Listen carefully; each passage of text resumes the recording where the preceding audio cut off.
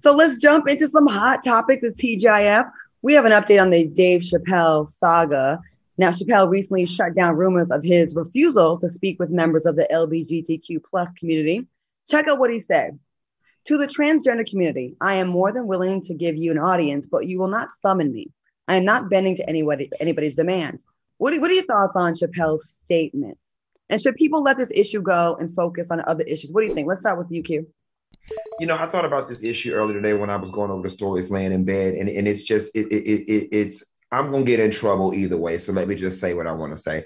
I'm tired of it. I want it to be put to bed. I'm just over all of this trans community, Dave Chappelle stuff, right? Now, where I'm going to get in trouble at is that I am a member of the LGBTQ community, and so are trans people. And the expectation is that I'm supposed to be on their side of the fence. But I'm also a gay man. The issues that they're facing doesn't necessarily affect me, but it kind of affects me. But I understand why people are frustrated with all of this.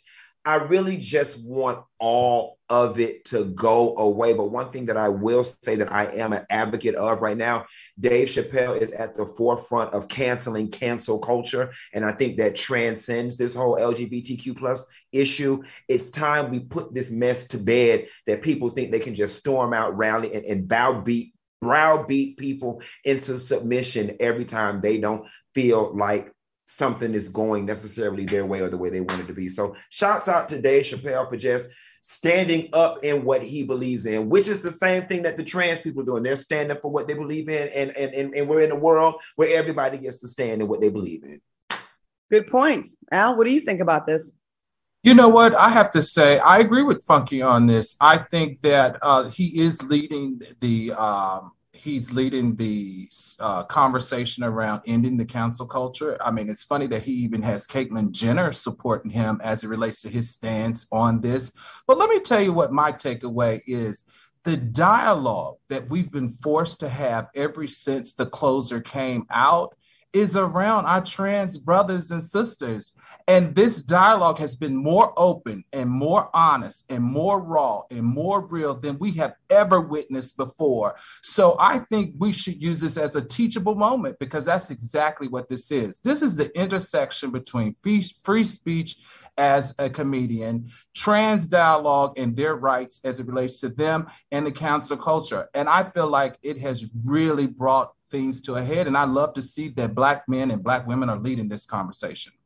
And I think it took someone like a Dave Chappelle to do this, because I don't know who else could do it so effortlessly, as articulately, as thoughtfully as Dave Chappelle has done. And, if you really sit there, a lot of people that have complained about this and want to cancel him just saw clips. And if you watch his entire special, this guy has put thought into this. This guy's not just reckless and speaking just out the side of his neck. He actually put a lot of thought into this. And I think we need someone like a Dave Chappelle that's like, look, it is getting out of hand. And I don't think he was disrespectful at all. Again, I can't tell people what to be offended by, but I can say that in my opinion, he was very respectful. And it is opening up the conversation for people to have about this in an intelligent way, because he didn't come at it in a raggedy, ignorant kind of just emotional way.